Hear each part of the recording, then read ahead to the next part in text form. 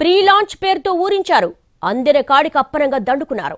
నగదు రూపంలో భారీ మొత్తంలో వసూలు చేశారు. ఆఖరికి ప్లాట్లు, విల్లాలు వినియోగదారులకు ఇవ్వకుండానే చేతులెత్తేశారు. 700 మందిని నిట్టనిలువునా ముంచేశారు. 100 కోట్ల స్కామ్ కు పాల్పడ్డారు. అసలు సాహితీ ఇన్ఫ్రా కేసులో ఏం జరిగింది? అంతమందిని ఆ కంపెనీ ఎలా నమ్మించింది? ఆ సొమ్మును విదేశాలకు ఎలా తరలించింది? ఈ కేసులో ఈడీ దాఖలు చేసిన ఛార్జ్ షీట్లో ఏముంది? ఈ మోసం ఎక్కడ మొదలైంది, ఎలా విస్తరించింది? సాహితీ ఇన్ఫ్రా స్కామ్ లో ఎన్ఫోర్స్మెంట్ డైరెక్టరేట్ కీలక ముందడుగు వేసింది. హైదరాబాద్ ప్రత్యేక మనీ లాండరింగ్ కోర్టులో అదనపు ఛార్జ్ షీట్ దాఖలు చేసింది. ఈ కేసును కోర్టు ఈ నెల 5న స్వీకరించింది. మనీ లాండరింగ్ నిరోధక చట్టం 2002 కింద Sahithi Infratech Ventures India Private Limited పై ఇప్పటికే కేసు నమోదయ్యింది. ప్రపంచ స్థాయి గేటెడ్ కమ్యూనిటీ నిర్మాణం పేరుతో ప్రీ లాంచ్ ఆఫర్ ప్రకటించింది సాహితీ ఇన్ఫ్రా సంస్థ. కొనుగోలుదారుల నుంచి భారీ మొత్తాలు వసూలు చేసింది. అయితే ఫ్లాట్లు, విల్లాలు అందించడంలో విఫలమయ్యింది. దీంతో పాటు చెల్లించిన డబ్బును కూడా తిరిగివ్వలేదు. ఇలా 700 మందికి పైగా ఇళ్ల కొనుగోలుదారులను సుమారు 360 కోట్ల మేర మోసం చేసినట్లుగా ఈడీ తేల్చింది. ఈడీ దర్యాప్తులో రెరా, హెచ్ఎండిఏ అనుమతులు లేకుండానే ప్రాజెక్టులు ప్రారంభించినట్లుగా వెల్లడయ్యింది. ప్రాజెక్టులకు సంబంధించి ఈఎస్సీ ఆర్ఓడబ్ల్యూ ఖాతా కూడా ఏర్పాటు చేయలేదని గుర్తించింది. పెట్టుబడిదారుల నుంచి వచ్చిన నిధులను వివిధ బ్యాంకు ఖాతాల్లో జమ చేయడంతో పాటు పెద్ద మొత్తంలో నగదును కూడా వసూలు చేశారు. కేసు పెట్టి సంవత్సరం అవుతుంది, మాకు ఏ న్యాయం జరగలేదు. ఎవరిని అడిగినా లీగలే ప్రొసీడ్ అవ్వమంటున్నారు. ప్రొసీడ్ అయ్యాము, కానీ మాకు న్యాయం జరగలేదు. మేము ఇన్ని లక్షలు పెట్టి ఇంట్లో ఇబ్బందులు పడతా, ఈఎంఐలు కట్టుకుంటా, రూపాయి పోగేసి వాళ్ళకి ఇస్తే వాళ్ళేమో జల్సాలు చేస్తున్నారు. చాలా తెలివిగా ఎండి దగ్గరుండి ఒక ప్రీ ప్లాన్డ్గా ఇది ఒక పెద్ద దీన్ని దీన్ని మాపు చేయాలని చెప్పేసి కస్టమర్లు ఎవరు కూడా తన దగ్గరికి, తన జోలికి రాకుండా ఉండడానికి ఈ చాలా తెలివిగా ఇది చేస్తున్నాడండి. గతంలో ఈ ఆఫీస్ ఉండడం వల్ల కస్టమర్లు అందరూ ఇక్కడికి వచ్చి వాళ్ళ గోడుని వాళ్ళ గోసిని చెప్పుకోవడానికి ఒక ఇది అంటుంది. కానీ ఈరోజు అతను ఎంత ఇదిగా చేశాడంటే, వీళ్ళు ఇక్కడికి వస్తే నాకు ప్రాబ్లం అవుతుంది, వీళ్ళు నా దగ్గరకు రాకుండా చేయాలంటే నాకు అడ్రస్ లేకుండా చేసుకోవాలని చెప్పేసి ఆయన చాలా తెలివిగా ఉన్న ఆఫీస్ కూడా బ్యాంక్ ఆఫ్ మహారాష్ట్రలో లోన్ తీసేసుకొని వాళ్ళకు లోన్ కట్టుకోకుండా వాళ్ళ డబ్బులు కూడా ముంచేసి వాళ్ళు ఉన్న ఆఫీస్ని కూడా బ్యాంక్ ఆఫ్ మహారాష్ట్రకి ఇచ్చేస్తే. చట్టవిరుద్ధంగా ప్రారంభించిన ప్రాజెక్టులో ఇన్వెంటరీ విక్రయాల ద్వారా 800 కోట్లకు పైగా నిధులు సేకరించి ప్రజలను మోసం చేసినట్లు ఈడీ నిర్ధారించింది. కొనుగోలుదారుల నుంచి తీసుకున్న నగదును కంపెనీ ఖాతా పుస్తకాలలో నమోదు చేయకుండా దాచిపెట్టింది. ఆ నిధులను దారి మళ్లించినట్లు దర్యాప్తులో వెల్లడయ్యింది. అమీన్పూర్లోని సర్వాణి ఎలైట్ ప్రాజెక్టు పేరుతో మాత్రమే 216.91 కోట్లకు పైగా నగదు వసూలు చేసినట్లుగా గుర్తించారు. అక్రమంగా సంపాదించిన నిధులను సంబంధిత సంస్థలతో పాటు ఇతర సంస్థలు, వ్యక్తులకు నకిలీ బ్యాంకింగ్ లావాదేవీల ద్వారా మళ్లించినట్లుగా ఈడీ తెలిపింది. బి లక్ష్మీనారాయణ, అతని కుటుంబ సభ్యులు విదేశీ బ్యాంకు ఖాతాలకు కూడా నిధులను తరలించినట్లుగా విచారణలో తేలింది. ఇక ఈ కేసులో పూర్ణచంద్రరావు కూడా కీలక పాత్ర పోషించినట్లు ఈడీ వెల్లడించింది. అతను సాహితీ సంస్థ నుంచి సుమారు 126 కోట్ల నిధులను దుర్వినియోగం చేశాడని, అందులో 50 కోట్లకు పైగా నగదు ఉన్నట్టు బయటపడింది. ఫోరెన్సిక్ ఆడిట్ అనంతరం నమోదైన ఎఫ్ఐఆర్లను ఉపసంహరించుకునేందుకు పూర్ణచంద్రరావు సెటిల్మెంట్ ఒప్పందం కుదుర్చుకుని సాహితీ గ్రూప్ ఉద్యోగులు, ఇతరుల పేర్లపై 21 స్థిరాస్తులను లక్ష్మీనారాయణకు లాభదాయక యాజమాన్యంగా బదిలీ చేసినట్లుగా ఈడీ గుర్తించింది. ఇప్పటికే ఈ కేసుకు సంబంధించి ఈడీ పలు చోట్ల సోదాలు నిర్వహించింది. కీలక పత్రాలు, డిజిటల్ పరికరాలను స్వాధీనం చేసుకుంది. 169.15 కోట్ల విలువైన చెరా స్థిరాస్తులను తాత్కాలికంగా అటాచ్ చేసి ఫ్రీజ్ చేసింది. బి లక్ష్మీనారాయణను 2024లో, సందు పూర్ణచంద్రరావును 2025లో అరెస్టు చేసింది.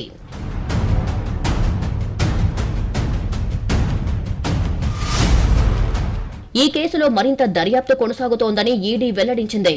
తక్కువ ధర, ప్రపంచ స్థాయి వసతులు అంటూ ఊరించి చివరికి కష్టార్జితం కాజేసింది సాహితీ ఇన్ఫ్రా. ప్రీలాంచ్ ఆఫర్ పేరుతో 3000 కోట్ల స్కామ్ జరగ్గా 700 మందికి పైగా బాధితులు ఉన్నట్లుగా తేల్చింది ఈడీ.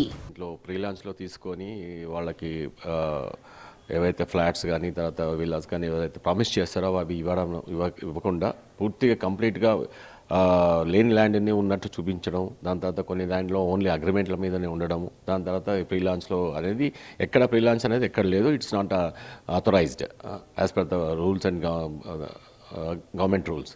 దాన్ని బట్టి పబ్లిక్ని బ్లేటెంట్గా మోసం చేశారు. దాంట్లో భాగంగానే ఈ ఛార్జ్షీట్ వేయడం జరిగింది. దాంట్లో చాలా వరకు ప్రాపర్టీస్ అటాచ్మెంట్ జరిగింది. ఇది ఓన్లీ ద ఫస్ట్ ఛార్జ్షీట్. ఇంకా ఛార్జ్షీట్లు ఇంకా యాజ్ ఆఫ్ వెన్ ఇంకా ఎవిడెన్సెస్ తర్వాత అవన్నీ క్రోడీకరించుకొని ఇంకా ఛార్జ్షీట్లు వేయడం జరుగుతుంది. కోర్ట్ డెసిషన్ ప్రకారము మళ్ళీ ఎవరికన్నా వేరే వాళ్ళకి ఒక కమిటీ కానీ తర్వాత ఒక గ్రూప్ ఆఫ్ అడ్వకేట్స్ కానీ లేకపోతే కోర్టు ఏ విధంగా ఒక టీం ఏర్పాటు చేసి ఆక్షన్ చేపించి మళ్ళీ ఎవరికన్నా ఇచ్చేసి కట్టి చేపిస్తున్నా ఇన్స్ట్రక్షన్స్ రావాల్సిన అవసరం ఉంది.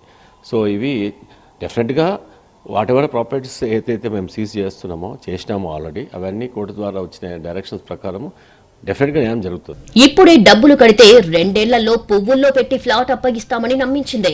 ఒకవేళ ఆలస్యమైతే నెల నెల రెంట్ కూడా ఇస్తామని ప్రకటించిందే. ఇలాంటి మాటలతో అమాయక ప్రజలకు రంగురంగుల కలలు చూపించింది సాహితీ ఇన్ఫ్రా. చివరికి వేలాది కుటుంబాల జీవితాలను అస్తవ్యస్తం చేసిందే.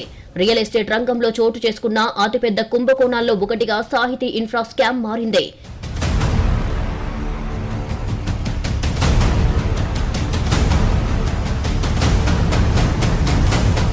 ప్రీ-లాంచ్ ఆఫర్ పేరిట ఫ్లాట్ ధరలో సగం మొత్తం ఇప్పుడే చెల్లిస్తే మీ పేరు మీదే ఫ్లాట్ నిర్మిస్తామంటూ సాహితీ యాజమాన్యం ప్రచారం చేసిందే. ప్రపంచ స్థాయి వసతులు ఉంటాయంటూ బ్రోచర్లు 3D విజువల్స్ భారీ హోర్డింగ్స్ తో కస్టమర్లను ఆకర్షించింది. ఈ మాటలను నమ్మిన వందలాది మంది తాము జీవితాంతం పొదుపు చేసుకున్న సొమ్మును సాహితీ ఖాతాల్లో జమ చేశారు. కానీ చివరికి అందరికీ నిరాశే మిగిలిందే.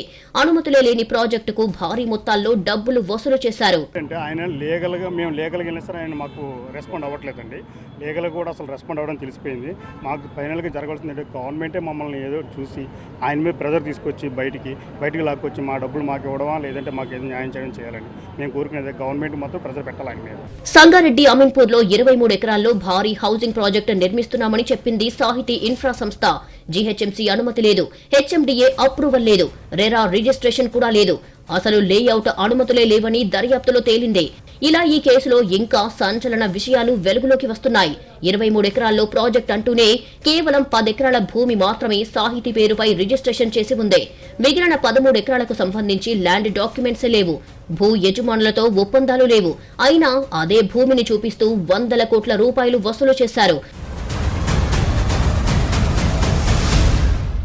ఈ కేసులో 800 కోట్ల నుంచి 3000 కోట్ల వరకు స్కామ్ జరిగినట్లు ఎన్ఫోర్స్మెంట్ డైరెక్టరేట్ దర్యాప్తులో బయటపడింది. చట్టవిరుద్ధంగా ప్రారంభించిన ప్రాజెక్టుల ద్వారా 800 కోట్లకు పైగా వసూలు చేసినట్లుగా తేల్చింది ఈడీ. ఒక్క అమీన్పూర్ షెర్వానీ ఎలైట్ ప్రాజెక్టు పేరుతోనే 500 కోట్లకు పైగా వసూలు చేసినట్లు గుర్తించింది ఈడీ. మరోవైపు హైదరాబాద్ సీసీఎస్ పోలీసులు మాత్రం భారీ స్కామ్ జరిగిందని తేల్చారు. మొత్తం 9 ప్రాజెక్టుల పేరుతో దాదాపు 3000 కోట్ల స్కామ్ జరిగిందని నిర్ధారించారు. దీనిపై మొత్తం 64 కేసులు నమోదయ్యాయి. హైదరాబాద్, సైబరాబాద్, మెదక్ కమిషనరేట్ల పరిధిలో కేసుల దర్యాప్తు కొనసాగుతోంది. బాధితులు ప్లాట్లు రాకపోవడంతో పోలీసులను ఆశ్రయించారు. నిధులు దారి మళ్లింపు, విదేశాలకు తరలింపు సహా ఈడీ దర్యాప్తులో మరిన్ని షాకింగ్ నిజాలు బయటపడ్డాయి. వసూలు చేసిన డబ్బులను ప్రాజెక్టుల కోసం వినియోగించకుండా సొంత ప్రయోజనాలకు మళ్లించినట్లుగా తేలింది. నగదు రూపంలో భారీగా వసూలు చేసి కంపెనీ ఖాతాల్లో చూపకుండా దాచిపెట్టారని చెబుతున్నారు అధికారులు. నకిలీ లావాదేవీల ద్వారా డబ్బును ఇతర కంపెనీలు, వ్యక్తులకు మళ్లించారు. లక్ష్మీనారాయణ, అతని కుటుంబ సభ్యులు విదేశీ ఖాతాలకు కూడా నిధులు తరలించినట్లు ఈడీ గుర్తించింది. ఈ కేసులో మరో ట్విస్ట్ ఏంటంటే ఈడీ దర్యాప్తులో పూర్ణచంద్రరావు పాత్ర బట్టబయలయ్యింది. సాహితీ మాజీ డైరెక్టర్ పూర్ణచంద్రరావు కూడా సుమారు 126 కోట్ల నిధులను దుర్వినియోగం చేశాడని తేల్చింది ఈడీ. అందులో 50 కోట్లకు పైగా నగదు ఉన్నట్లు తేలింది. ఈ కేసులో ఇప్పటి వరకు 169.15 కోట్ల విలువైన చర స్థిరాస్తులను ఈడీ ఫ్రీజ్ చేసింది. పలు ప్రాంగణాల్లో సోదాలు నిర్వహించి డాక్యుమెంట్లు, డిజిటల్ ఆధారాలు స్వాధీనం చేసుకుంది. 4 ఏళ్ల తర్వాత ఛార్జ్ షీట్ దాఖలు చేసింది. భారీ కుంభకోణం వెలుగులోకి వచ్చిన 4 ఏళ్ల తర్వాత సీసీఎస్ పోలీసులు ఛార్జ్ షీట్ దాఖలు చేశారు. తాజాగా ఈడీ అదనపు ఛార్జ్ షీట్ దాఖలు చేయడం బాధితుల్లో కొంతమేర ఆశలు రేకెత్తిస్తోంది. రియల్ ఎస్టేట్ రంగంలో ప్రీ-లాంచ్ ఆఫర్ల పేరిట జరిగే మోసాల పట్ల ప్రజలు అప్రమత్తంగా ఉండాలని పోలీసులు, ఈడీ అధికారులు హెచ్చరిస్తున్నారు. సాహితీ కేసులో నిందితులకు కఠిన శిక్ష పడేలా పక్కా ఆధారాలతో కోర్టులో కేసులు నడిపిస్తున్నామని అధికారులు స్పష్టం చేశారు.